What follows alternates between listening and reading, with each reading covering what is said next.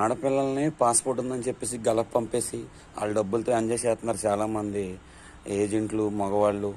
మందుకి బానిసైపోయి, గంజాయికి బానిసైపోయి ఫ్యామిలీని ఎడదీసేసి నేను బాగా చూసుకుంటాను, నీకు ఏసీ రూమ్లో పెడతాను, కారు కొంటాను, మీ పిల్లల్ని బాగా చూస్తాను అంటారు. కానీ అవన్నీ నమ్మొద్దు, నిజం కాదు, అబద్ధాలు.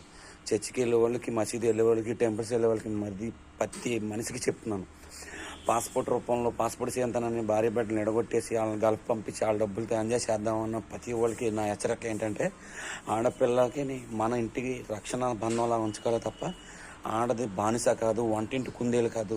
మరోసారి చెప్తున్నాను, ఆడవాళ్ళని, మగవాళ్ళు అందరికి తెలుసున్న వాళ్ళతోనే మీ పనులు చేయించుకోండి. మీ పనులు గవర్నమెంట్ పని అయినా ఇంకోటైనా, మీ పాస్పోర్ట్ అయినా, మీ ఫోటో అయినా సరే, మీ పాన్ కార్డు అయినా, మీ ఆధార్ కార్డు అయినా తెలియని వ్యక్తులకి ఇవ్వద్దు, ప్లీజ్ దయించి చెప్తున్నాను. ఓకేనా?